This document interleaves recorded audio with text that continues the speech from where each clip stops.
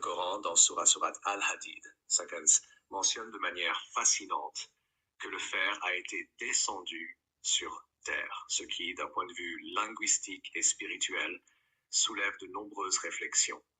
Cependant, ce verset a pris une dimension encore plus significative à la lumière des découvertes scientifiques modernes, notamment sur l'origine du fer dans l'univers. Verset clé, Surat Al-Hadid. Dans ce verset, Allah dit « Nous avons fait descendre le fer dans lequel se trouve une force redoutable aussi bien que des utilités pour les gens. » Le choix du mot « descendu » en arabe, Anzalna, est particulièrement intéressant car il suggère une origine céleste ou extraterrestre. Bien que ce terme soit souvent utilisé dans le Coran pour parler de la révélation divine ou des bienfaits envoyés par Allah, son utilisation en relation avec un métal, le fer, est unique et mystérieuse. Découverte scientifique sur l'origine du fer. La science moderne a révélé des faits étonnants sur la formation du fer qui corroborent cette description coranique. 1. Formation du fer dans les étoiles.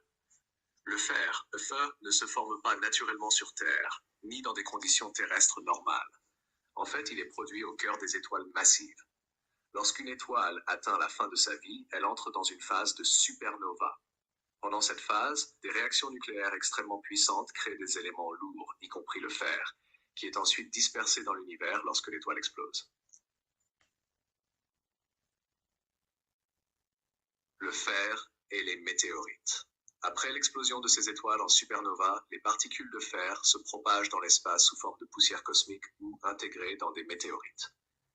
Lorsque la Terre se formait, il y a environ 4,5 milliards d'années, elle n'avait pas encore un noyau riche en fer. C'est grâce à des collisions avec des météorites contenant du fer que la planète a acquis la majorité de son fer, notamment dans son noyau. Ce phénomène est appelé l'apport météoritique. En d'autres termes, le fer que nous trouvons aujourd'hui sur Terre est littéralement descendu du ciel, venant de l'espace. 3. Le fer comme fondation de la civilisation. Le verset mentionne également que le fer a d'utilité pour les gens.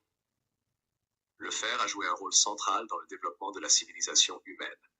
De l'Antiquité à l'ère moderne, le fer a été utilisé pour fabriquer des outils, des armes, des infrastructures et des machines.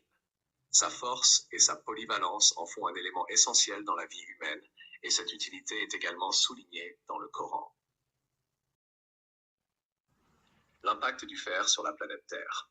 Le fer est également crucial dans la géologie et l'écologie de la Terre. Le noyau terrestre. Le noyau de la Terre est composé en grande partie de fer. Ce noyau génère le champ magnétique terrestre qui protège la planète des radiations solaires nocives et permet l'existence de la vie sur Terre en créant une atmosphère stable. La formation de l'oxygène. Le fer a joué un rôle important dans la photosynthèse primitive. Il est impliqué dans les cycles chimiques qui ont permis la libération de l'oxygène dans l'atmosphère primitive de la Terre, créant ainsi un environnement propice au développement de formes de vie complexes. Le symbolisme du fer dans la révélation coranique. Le Coran, en mentionnant que le fer a été descendu, semble non seulement faire référence à son origine céleste, mais aussi à son importance symbolique dans la révélation divine. 1. Force et utilité. Le fer est un métal qui incarne la puissance et la force, comme le souligne le verset. Dans l'histoire humaine, il a été à la fois un outil de construction et de destruction. Il a permis de bâtir des civilisations tout en étant un instrument dans les guerres.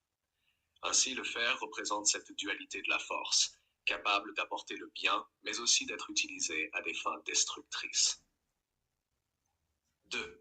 Le rôle du fer dans la justice.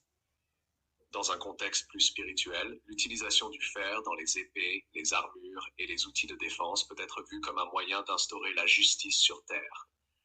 Les prophètes et les dirigeants ont utilisé le fer pour protéger les faibles et instaurer l'ordre. Le verset se situe dans une sourate qui parle de la puissance et de la justice divine, et le fer y est mentionné comme un élément permettant à l'homme de remplir ces mêmes fonctions sur Terre.